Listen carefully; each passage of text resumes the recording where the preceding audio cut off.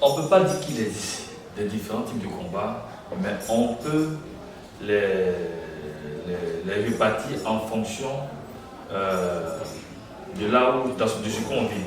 Je vais donner un exemple.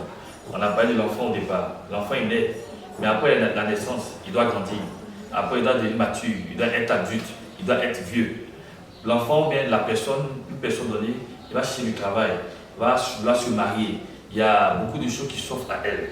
Mais en fonction de ce que tu vis, il y a un type de combat qui est là et qui est adapté à, j'ai envie de dire, à ta façon de vivre ou bien à ton appel ou bien à ta vocation. Je ne sais pas si je me fais comprendre. Oui, évidemment. On va aller avec les enfants d'Israël. Ils étaient déjà en Égypte. Étant en Égypte, ils étaient sous la domination de qui? De Pharaon. Là-bas, qu'est-ce qui se passait? Ils ne demandaient rien parce qu'ils étaient esclaves. Tout ce qu'ils faisaient comme activité, comme travail, ça revenait à Pharaon. Tout ce qu'ils avaient, c'est lui qui possédait cela. Ils ne travaillaient pas pour eux, ils travaillaient pour lui. En fait, ils ne vivaient pas pour eux-mêmes, ils vivaient pour lui. Exclusivement pour lui. Jusqu'à ce qu'ils étaient malmenés, ils étaient maltraités, ils souffraient. Jusqu'à ce que un jour, quelqu'un apparaît et puis leur dit: j'ai une bonne nouvelle pour vous, le Dieu de vos pères m'est apparu et dit aujourd'hui, votre délivrance commence. À partir de ce moment, qu'est-ce qu'ils font? D'abord, ils acceptent. Parce qu'ils acceptent. En acceptant cela, ils décident de le suivre. Le combat commence pour eux. Donc le combat commence à partir du moment où tu te rends compte qu'il y a quelque chose qui cloche chez toi. Non, le combat commence à partir du moment où tu marches avec quelqu'un, tu ne veux plus marcher avec lui, tu veux aller quelque part d'autre. Mais oui, mais tu te rends compte d'une réalité. Il y a une réalité qui se présente à toi. Le fait de marcher avec cette personne-là ne t'avantage pas. Oui, on dit pratiquement la même chose, peut-être avec des mots différents. Je vais répondre. Les enfants d'Israël sont en Égypte. Aussi longtemps qu'ils ne se révoltent pas, comme tu le dis, aussi longtemps qu'ils ne cherchent pas à sortir de la domination de quelqu'un, donc de l'autre côté, ils sont là, il n'y a pas de problème. Ils acceptent de vivre comme ça. Et beaucoup de personnes aujourd'hui, ils vont dire: je ne suis pas attaqué. C'est normal que tu ne sois pas attaqué parce que là où tu es, en fait, l'autre il cautionne ce que tu fais. C'est lui qui fait tout pour toi. Lui, c'est qui? Je vais parler du diable. C'est lui qui régit ta vie, c'est lui qui règle tout pour toi. Mais quand tu commences à regarder que, mais en fait, ce ne sont des miettes que je reçois. Moi-même, je ne suis pas heureux. Ce que je veux là, je ne peux pas le faire. Donc, à partir du moment où tu veux revendiquer tes droits, à partir de ce moment, tu commences à s'opposer à lui, à son système. Donc, qu'est-ce qu'il fait? Il va commencer à te maltraiter davantage. Pourquoi? Parce que tu as décidé de suivre quelqu'un d'autre. Donc, le combat commence. Le combat fait quoi? Pour sortir de sa domination. Mais ce premier combat, ce n'est pas ton combat parce que tu n'as pas la force nécessaire. Ça, c'est Dieu lui-même. Il prend ça sur lui parce que c'est lui qui dit qu'il vient te sortir de cette situation. Si tu acceptes, en l'acceptant, Dieu qu'est-ce qu'il fait? Par Moïse, il multiplie des coups d'éclat jusqu'à ce que Pharaon fasse quoi? Il capitule. Et puis tu laisses partir.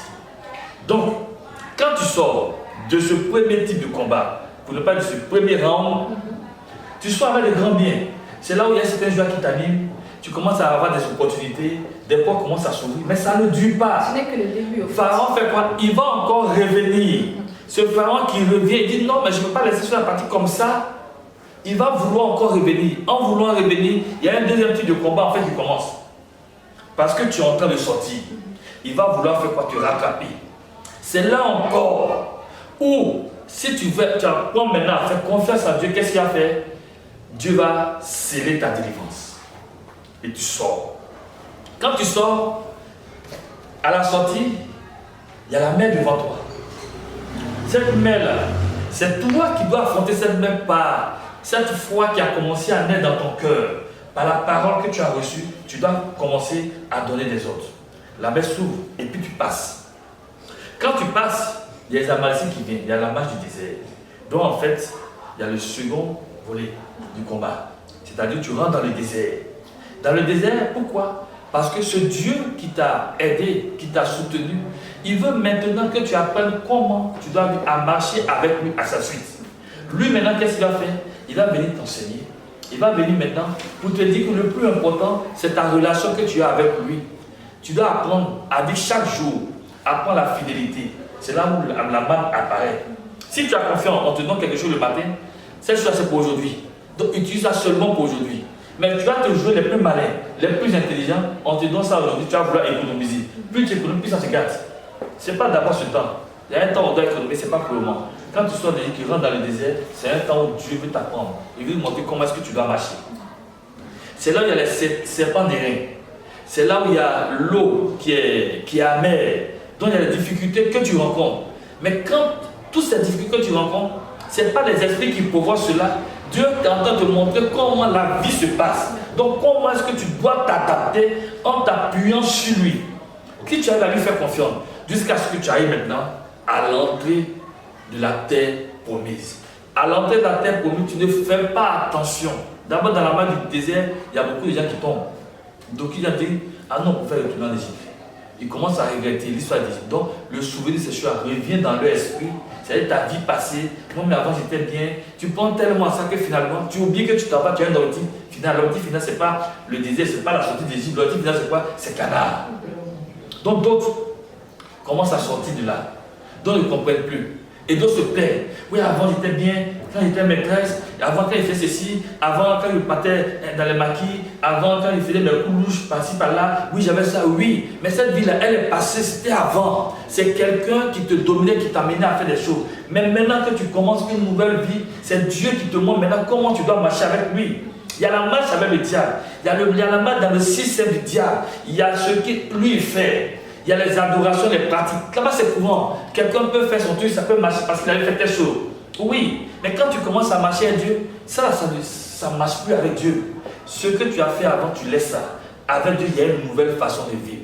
Et c'est cette nouvelle façon de vivre qu'on va apprendre au niveau du désert. Et quand tu arrives devant, à l'entrée de Canaan, il y a encore pour franchir Canaan, il y a encore des étapes. Si tu ne fais pas attention, tu vas tourner autour pendant longtemps. Si tu sais bien te comporter, qu'est-ce que Dieu a fait? Il va te permettre d'aller à Canaan. Tu rentres à Canaan, mais à Canaan, il y a qui? Il y a les géants, il y a les Amalécites, il y a Jéricho. Il faut encore aller faire quoi? Aller livrer combat, aller livrer bataille. Tu finis de livrer bataille, tous ceux-là, tu les enlèves, tu vas prendre le territoire. Mais chaque fois, des gens vont encore revenir pour faire quoi? Ce que tu as, ils vont vouloir venir prendre. Donc il faut ce que tu as eu comme acquis, il faut pouvoir protéger cela. Donc vous voyez que ce combat-là, c'est chaque étape jusqu'à ce qu'on fasse quoi? Jusqu'à ce qu'on meure. Je ne sais pas si je me suis. Je suis. Donc, je reste à chaque niveau, son combat. Chaque niveau, son combat.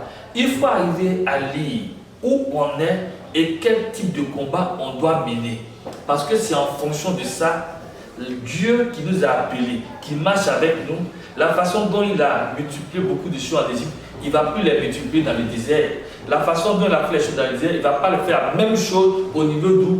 Au niveau de quand tu rentres à Canaan, quand tu es à Canaan, il y a chaque situation, il y a sa réalité, et puis chaque réalité a sa façon de faire. Moi, ce qui me réjouit dans la réponse que vous venez de donner, c'est que nous livrons certainement des combats.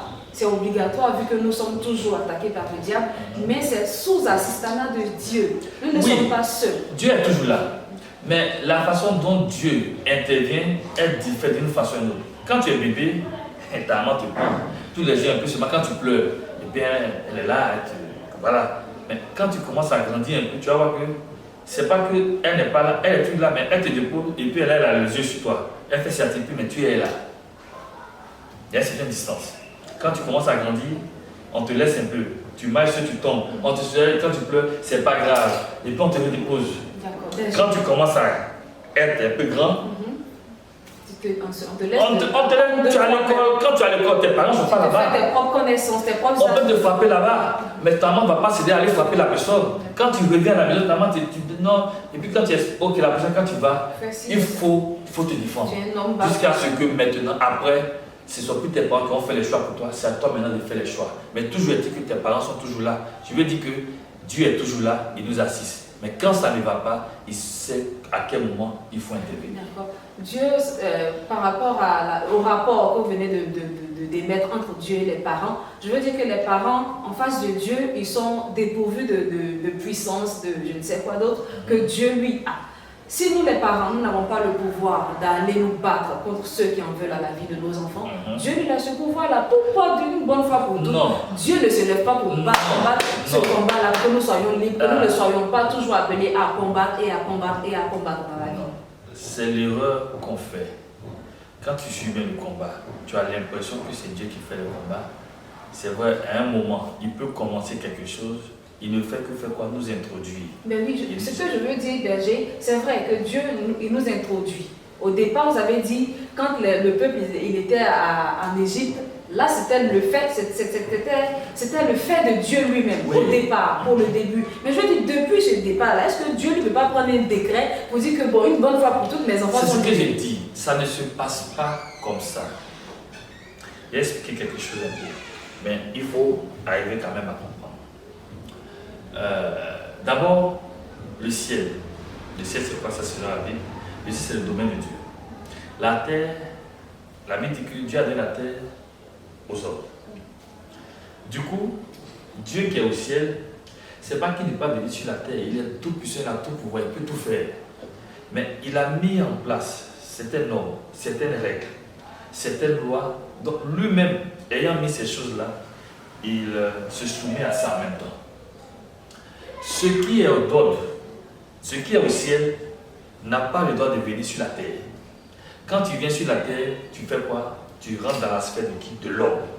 Et il va donner à l'homme ce pouvoir qui est sur la terre. Dieu qui est au ciel, qui doit intervenir sur la terre, qu'est-ce qu'il fait? Il vient et puis il passe par l'homme. Parce qu'il dit que l'homme est comme son représentant.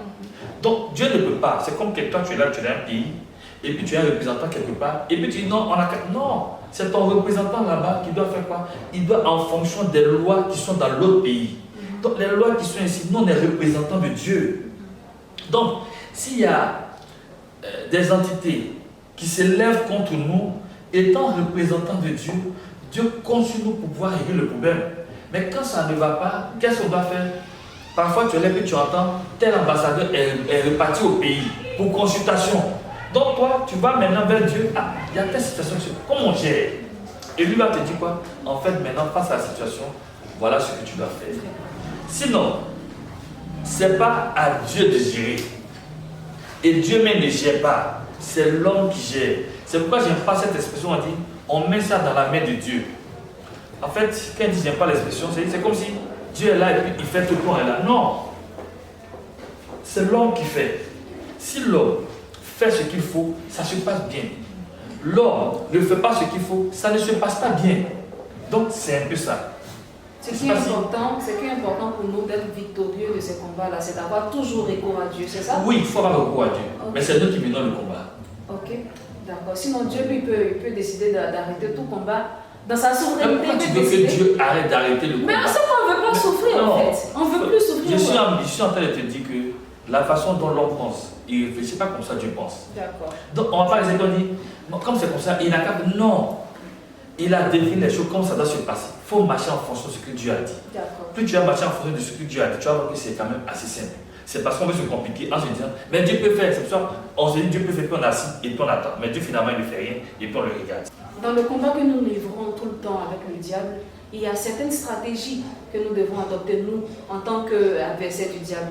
Mais ces stratégies-là, nous les adoptons en fonction de quoi? En fonction de comment est-ce que le diable se présente à nous, comment est-ce qu'il... Et comment le degré, est-ce que nous devons évaluer le degré de haine qu'il a contre nous pour pouvoir rivaliser avec lui? Nous, on n'a pas de problème avec le diable. Le diable a un problème avec Dieu. Et d'ailleurs, la Bible mentionne, et c'est clair, c'est que Dieu a déjà réglé le problème du diable. Mais Dieu qui a déjà réglé le problème du diable, qu'est-ce que le diable fait? C'est pourquoi quand on se lève, on ne combat plus le diable, il est déjà vaincu, c'est l'ennemi qui est déjà vaincu. Mais l'ennemi qui est déjà vaincu, il y a ce qu'on a fait qu'on appelle les œufs du diable. Dans 1 Jean 3, verset 8, il est dit, Jésus est venu, le diable a péché dès le commencement, mais Jésus est venu pour détruire les œuvres du diable. Il dit bien les œuvres. Il n'a pas les œuvres détruire le diable. Le diable est déjà vaincu depuis. Son sort est déjà scellé. Maintenant, quelles sont les œuvres du diable? On va lire un texte, il est tiré de Romains chapitre 8, à partir de verset 28. Nous savons du reste que toute chose concourt au bien de ceux qui aiment Dieu, de ceux qui sont appelés selon son dessein. Car ceux qu'il a connus d'avance, il les a aussi prédestinés. Car ceux qu'il a connus d'avance, il les a aussi prédestinés à être semblables à l'image de son Fils, afin que son Fils fût le premier-né dans plusieurs frères. Et ceux qu'il a prédestinés, les a aussi appelés. Ceux qu'il a appelés, les a aussi justifiés. Ceux qu'il a justifiés, les a aussi glorifiés. Que dirons-nous donc à l'égard de ces choses? Si Dieu est pour nous, qui sera contre nous? Lui, il n'a point épargné son propre Fils, mais l'a livré pour nous tous. Comment ne nous donnera-t-il pas tout chose avec lui? Qui accusera les ennemis de Dieu? C'est Dieu qui justifie. Qui les condamnera? Christ est mort, bien plus. Il est ressuscité de la gloire de Dieu et il intercède pour nous. Qui nous séparera de l'amour de Christ? Sera la tribulation, l'angoisse, la persécution, la vérité ou la faim, le péril? Selon qu'il est écrit, c'est à cause de toi qu'on nous met la mort tout le jour, qu'on nous regarde comme des brebis dessinés à la boucherie.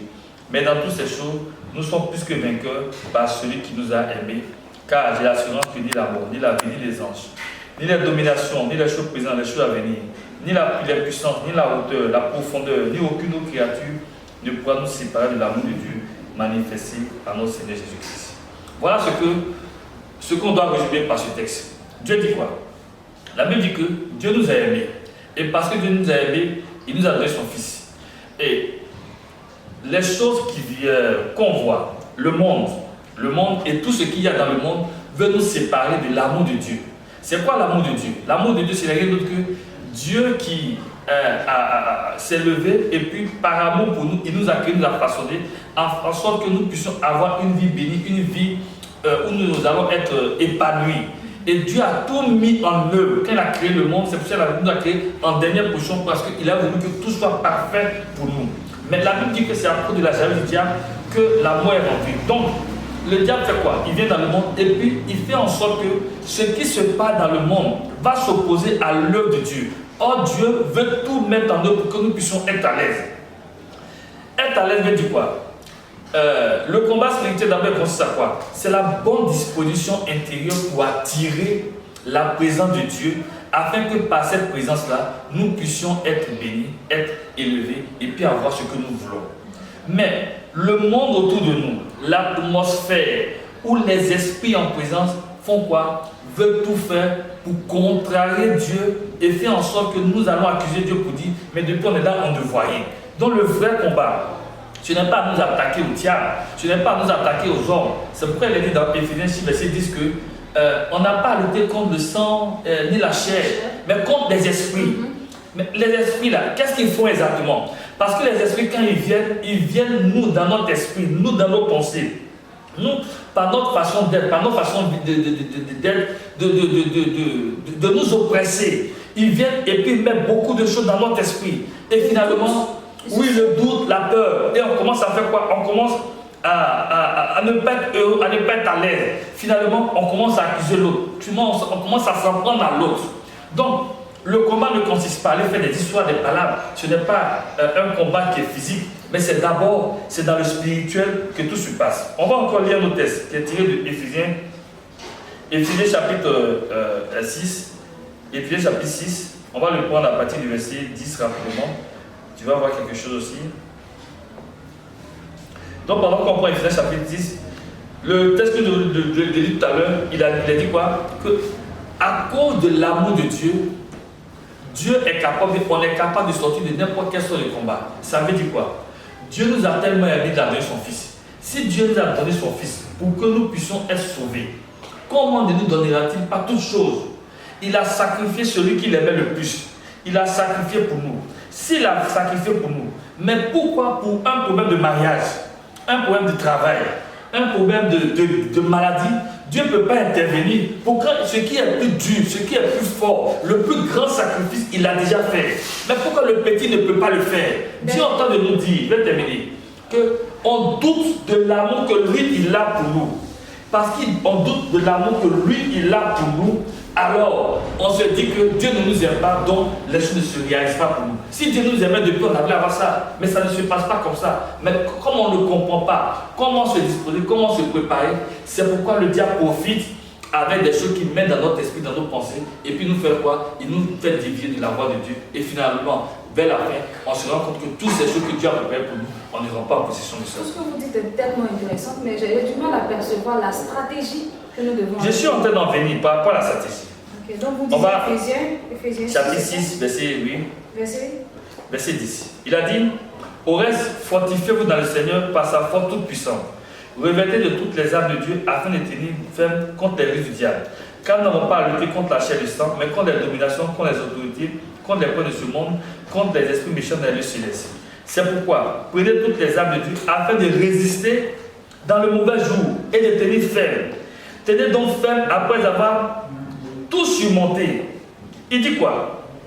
Il faut tenir ferme. Il répète plusieurs fois. Le mot est sorti 3 fois. Tenir ferme. Ça veut dire qu'il y a des choses autour de nous qui vont faire qu'on va douter, qui vont faire qu'on va être, on va pas être à l'aise, qui vont faire que vers la fin, on est là, c'est bon, puis Dieu, mais on va commencer à avoir des appréhensions. Mais ces choses qu'on a dans nous, ce ne sont que des pensées que le diable fait. Il vient mettre ça en nous. Mais ces pensées qu'il met en nous, ce ne sont rien d'autre que ses stratégies. Lui, le diable, comment il travaille? Il vient d'abord au niveau, quand on dit, le diable a tenté Jésus. Il a tenté Jésus comment? Le diable est venu devant Jésus, il avait sa corde, ou bien il s'est présenté comment? On ne le voit pas, ou bien on n'a jamais dit par quelle forme il est venu. La conversation entre les deux. Justement, mais la Bible dit que à un moment, Jésus est là, on lui a montré tous les rois de la terre. Est-ce qu'il y avait une télévision? Il n'y avait pas de télévision, il a vu ça comment? Donc c'est dans ses pensées. Donc le diable, où il travaille beaucoup, ce n'est rien d'autre que dans les pensées de l'homme. Tu es là et puis quelqu'un peut s'asseoir là et puis dit, oui mais je vais à l'église, j'ai payé ma dîme, j'entretiens l'église, et je fais ceci, tout ce qu'on fait c'est pour moi, mais finalement je ne vois rien, je ne suis pas encore marié. Mais qui a dit que ta relation avec Dieu est liée d'abord, comment on appelle ça, le fait que tu sois marié? Jésus qui vient dans ta vie, c'est d'abord toi avant tout le salut qui te garantit. Mais le salut qui te garantit, c'est un kit. Dans ce kit-là, c'est toi qui dois te disposer pour que cette grâce du mariage qui est en toi puisse faire quoi? Elle puisse se manifester. Maintenant, si tu veux te marier, pour que tu puisses te marier, il y a des dispositions pratiques par rapport au mariage. Tu ne veux pas dire que tu prétends te marier et puis tu es coléreuse. Tu prétends te marier, c'est toi qui as sur les gens. Tu prétends te marier, on ne peut pas vivre autour de toi. Mais ces choses que tu es en train de faire, quelqu'un dira que c'est ta seconde, c'est ta nature. Oui, mais cette nature-là, tant que tu ne fais pas tout pour la travailler avec la grâce de Dieu, tu ne peux pas, un homme ne peut pas venir être là et puis comment ça va se passer? Donc, mais le diable va te confronter dans ta position pour te dire que ce que tu fais là, c'est bon. Le diable te confronte dans ta position. Il y a des stratégies, il y a ce qu'on appelle la psychose ou la peur. Je vais résumer un peu. C'est un état de panique collective provoqué par un événement ou un fléau. La peur est un esprit qui nous paralyse. Qu'est-ce que les esprits font? Je prends l'exemple de Corona. Aujourd'hui, on se rend compte qu'il y a des gens qui meurent par-ci, des gens qui meurent par-là. On dit un premier Corona qui est là. Et toi, tu es dans ton coin, ça commence à faire quoi? Ça te travaille l'esprit. Ah, attention, il y a Corona. Attention, il y a Corona. Mais plus tu es en train de regarder Corona, finalement, on développe trop de choses autour de Corona. Mais ce qu'on développe autour de Corona n'est rien d'autre que la mort. Donc, mais c'est des pensées qu'on est en train de faire quoi? On met en toi. Et ces pensées-là, plus tu les regardes, tu vas les capter. Plus tu les captes. Et en dormant, parfois en dormant, ça peut commencer à te fatiguer. Ou bien même, on est là et puis on dit, ah, ils ont commencé à attaquer là-bas. Donc qu'est-ce qu'ils font? Ils ne savent pas qui attaque et puis les gens courent. Un exemple que j'ai vécu. Je prends ma voiture, je prends la route et puis je vois un embouteillage. Je vois tout le monde se retourne et puis je suis arrêté. Je ne sais pas pourquoi les gens se retournent. Donc, comme je ne sais pas pourquoi les gens se retournent, ceux qui sont derrière moi, eux aussi se retournent. Et puis je suis là et je commence à prier. C'est lui, il fait quoi? Il dit, mais il faut voir ce qui se passe. Donc j'essaie d'aller. Je regarde. C'est un véhicule qui était coincé, il était à côté de son pied, l'autre ne croit pas passer, donc il fait demi-tour. Et pendant qu'il est en train de faire demi-tour, les autres ne sachant pas ce qui se passe, d'autres ont commencé à avoir peur, ah, on dirait qu'il est en train d'attaquer. Quelqu'un qui donne ses impressions ne sont pas forcément les arrêter. Tout le monde suit, mais finalement, on va dire quoi? Si tu devais aller dans ce lieu, avoir un rendez-vous, avoir une bénédiction, une grâce, tu étais obligé de passer ailleurs. Le temps que tu es en train de perdre, ce temps-là, celui qui t'attendait est obligé de partir. On va dire quoi? Mais on va dire que tu as perdu. Mais tu as perdu par rapport à quoi? Ça veut dire que ce qui s'est passé, ça a commencé à te faire peur. Et parce que ça a commencé à te faire peur, tu as commencé à agir autrement, ton comportement n'est plus logique ou bien cartésien comme on le dit. C'est-à-dire que tu as commencé à développer d'autres choses. Il y a ce qu'on appelle le passé. Le diable est là et puis il te ramène dans ton passé. Un passé douloureux, un passé que tu as vécu, qui t'a blessé, qui t'a rongé. Et à chaque fois que tu es là par rapport à une situation que tu dois vivre, quelque chose dans une relation que tu dois entamer avec quelqu'un, on te ramène tout ton passé, un passé où les gens t'ont blessé, ils ont fait des choses, on t'a même violé. Et tu te dis que les hommes, voilà comment ils sont. Du coup, tu as peur d'eux, tu ne peux plus vraiment avancer dans cette relation. Mais ce n'est rien d'autre que ces choses que tu développes. Ça peut déboucher sur des quoi? Sur des complexes. Tu es là et puis tu es complexé. Ou bien les phobies. Le fait d'être là et puis de ne pas se sentir à l'aise par rapport à une situation donnée. Et c'est pourquoi la Bible dit, il faut tenir ferme face à toutes ces situations. Il faut tenir ferme. Le diable, il est rusé. Dans le livre de 1 Pierre 5, verset 8, il est dit qu'il rôde comme un lion rugissant. Mais quand il rôde, il fait quoi? Il met des pics. Il est là, il cogne, il rugit. Il est là, il met des sons. Mais ces choses, ça de faire quoi? De te paniquer, de te faire peur. Mais plus il arrive à faire cela dans ton esprit, plus tu es convaincu de cela, et vers la fin, tu n'arrives plus à prier. Si tu pries, tes prières ne peuvent plus monter parce que tu n'es plus convaincu de ce que tu fais. Et c'est comme ça qu'il arrive à voir les actes. Quand un homme, il ne se bat plus au niveau de ses pensées, il n'arrive plus à se lever, il commence à faire quoi? À être suicidaire. Pourquoi? Parce qu'il n'a plus de volonté. Pourquoi? Parce qu'il se dit que tout est déjà perdu. Dans le combat, les esprits, qu'est-ce qu'ils font? Il peut se lever et puis, par exemple, la sorcellerie. Oui, on dit que la sorcellerie, les sorciers tuent. Oui, c'est vrai, les sorciers tuent. Ils font cela. Oui, c'est vrai. Mais quand tu vas au village, finalement, tu as peur de les affronter parce que tu te dis, tu es convaincu que ceux-là sont forts. Mais parce que tu les as mis sur un pied qui est tellement haut par rapport à toi, c'est toi finalement qui fais quoi? Tu te soumets à eux. C'est pourquoi la Bible dit, soumettez-vous à Dieu et le diable fera quoi? Il fuira loin de vous. Plus tu te soumets à Dieu, à la volonté de Dieu, à la parole de Dieu, en proclamant cette parole-là, plus ça te donne la force, ça te donne de l'assurance, ça te donne de la conviction. Et comme il est dit dans le livre de 1 Jean, chapitre 5, il est dit que la victoire que nous avons sur le monde, c'est quoi? Ce n'est rien d'autre que notre foi qui nous permet de triompher. Alors, Berger, la question la plus pertinente, je veux savoir, celle que tout le monde attend ici, c'est de savoir comment est-ce qu'on mène le combat, comment on arrive à vaincre étape par étape le diable qui se présente au devant de nous en fonction de la situation que nous vivons. Ok. Comment on arrive à vaincre le diable? Il faut d'abord comprendre. Les enfants de Dieu sortent d'Égypte et puis Dieu est devant eux. Dieu se présente comment? Par la colonne de sable ou bien la nuit par le feu. Dieu est là. Ce que Dieu veut est les yeux rivés sur lui. Ce que Dieu veut, ce qu'il te dit là, il faut écouter, il faut marcher dedans.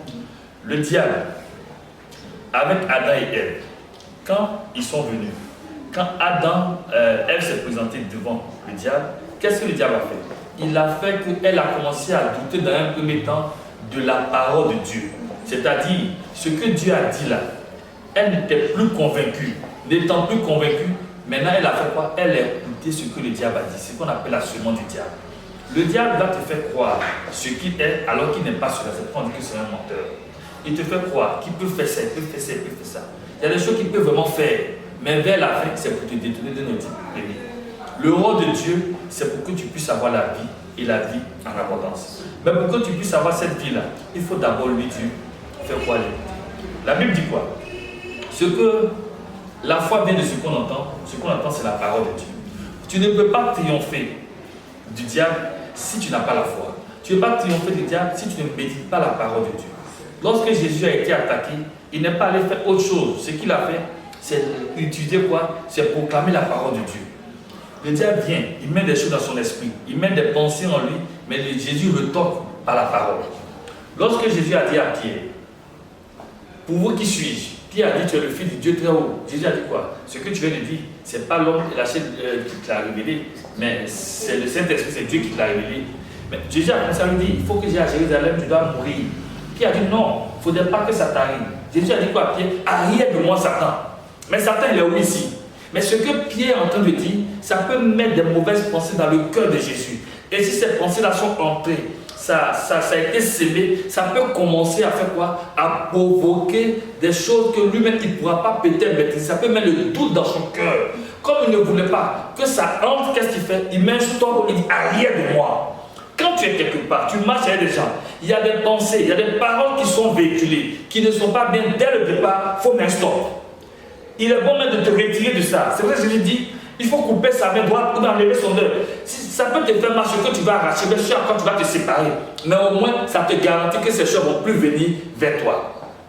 Tu peux être quelque part, et puis, il y a des gens qui prennent des romans pornographiques. Mais toutes ces choses-là, ce n'est rien d'autre que des stratégies pour que lui puisse avoir quoi? Un accès. Lui, il rôde, il cherche un accès direct. Donc toi, la Bible dit quoi? Soumettez-vous à Dieu. Il faut d'abord se soumettre à Dieu. Par quoi? Par sa parole. Ce que Dieu dit, il faut arriver à prendre ça comme si c'était ta parole. Les promesses de Dieu, il faut faire quoi? Il faut les réciter. Dieu a dit, je vais ceci, je serai ceci. Et plus tu vas le réciter, plus tu vas le lire, tu vas le méditer, tu vas le proclamer, plus ça va devenir comme une forteresse en toi et autour de toi pour empêcher tout ce que le diable est en train de faire. Qu'est-ce qu'elle dit donc, la parole? Elle est près de toi, dans ta bouche et dans ton cœur. C'est la parole de la foi que nous proclamons. Si tu confères de ta bouche que Jésus-Christ est Seigneur, si tu crois dans ton cœur que Dieu l'a ressuscité dans tes morts, alors tu seras sauvé. Donc, le salut là, il vient comment? Par rapport à ce que nous croyons et ce que nous proclamons. Donc, il faut t'appuyer sur la parole. Tu vis une situation, tu es malade, oui, mais la parole dit que par tes maîtrises, nous sommes guéris. Donc dis, par les maîtrises de Jésus-Christ, je suis guéri. Tu es là que tu sens que tu es faible. Je dis, c'est quand nous sommes, Paul a dit, quand je suis faible, c'est alors que je deviens fort. Pourquoi? Parce que Dieu se glorifie dans mes faiblesses. Donc bien aimé dans le Seigneur, je veux te dire, tu traverses ce moment, tu traverses. Retire-toi de ce que tu traverses. Ne regarde pas trop. N'aie pas tout l'esprit figé là-dessus. Parce que pas que ça commence à avoir des répercussions sur ton intérieur. Le plus important, garde ton cœur plus que toute chose. Tout ce qu'on fait, tout ce qu'on vit, il ne faudrait pas que ça rentre dans ton cœur. Ce qui doit rentrer dans ton cœur, c'est la parole de Dieu. Si tu fais ça, tu vas te préserver ton esprit, tu vas préserver ton cœur, et puis tu vas avoir les ressources nécessaires. Je vais peut-être terminer par cet exemple-là que j'aime bien. C'est l'histoire de David.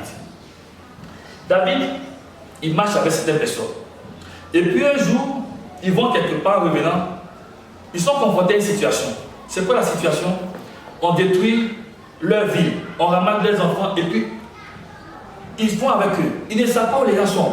Et tous ils commencent à pleurer. Ils pleurent pourquoi? Parce qu'ils ont perdu quelque chose. Face à une situation donnée, tu ne peux que pleurer. Ça c'est le temps, ça c'est ton comportement d'homme.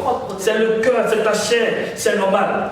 Mais n'oublie pas que lorsque tu as donné ta vie à Dieu, Dieu qui est venu à toi, il a fait de toi son enfant. Donc il y a une nouvelle réalité qui est en toi. Cette réalité qui est en toi n'est rien d'autre que la réalité d'un enfant de Dieu.